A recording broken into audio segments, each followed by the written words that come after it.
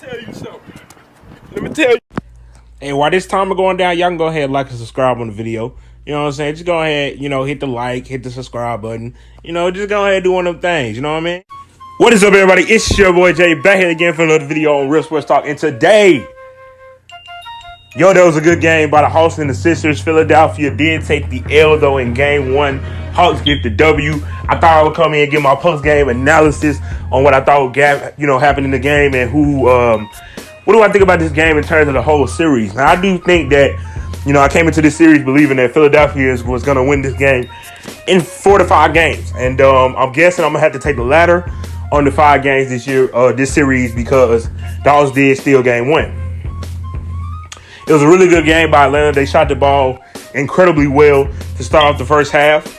And although Philadelphia had one heck of a fight to get at it towards the end, I think the 3-ball let them down tonight. Bigly. Very big. I think it was very similar to the Nets and the Bucks, where I think the main reason why they lost was just that 3-point shooting. Just couldn't knock that down, and their defense of the 3-point shooting on the other side. They definitely got to do a better job guarding Trae Young, because he was able to get off versus this team and play his brand of ball, being able to shoot threes from deep, but also get his teammates open in the game. Boban Bogdanovic was Bobby. I think the other one, he was able to make good threes this game. He was able to make decent shots.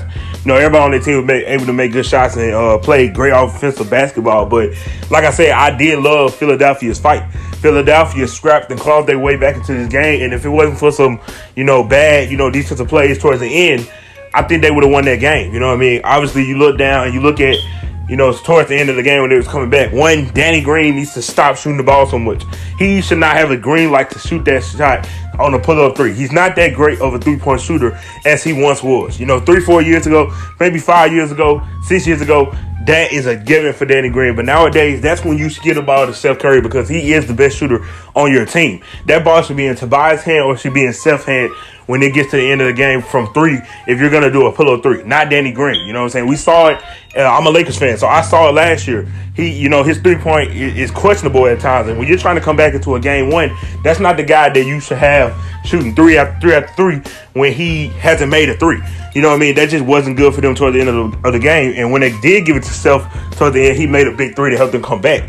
Obviously, Embiid on that end play where they doubled and Herter was able to make that pass down the court where Embiid had the foul that really hurt them. I feel like it should have been better defense, better half-court, full-court defense if you're going to play that. Instead of just having one guy back there trying to, guard 2 people. And I think it was a bad move on Philly's part, but in the heat of the moment, you're going so quick, sometimes you're going to make those mistakes. And shout out to Atlanta for keeping their composure. Even though they did have some mishaps, keeping their composure enough for them to win that ball game. They did make the shots and the plays necessary. Now, they almost, lost the game at the end there where, Ben Simmons was able to trap and get his steal and his dunk off of Bogdanovic, or Herter, Bogdanovic. But at the end of the day, the Hawks stole that game. And now they have home court advantage. And if they're going to continue to shoot like this, it's going to be a tough series for Philadelphia. But if Philadelphia can fit some of their defense, play their brand of basketball, and them 3 starts dropping, I really believe that this series is going to be over in 5 games, because Philadelphia is the better team. Bottom line, at the end of the day, Philly is the better team between these 2 teams.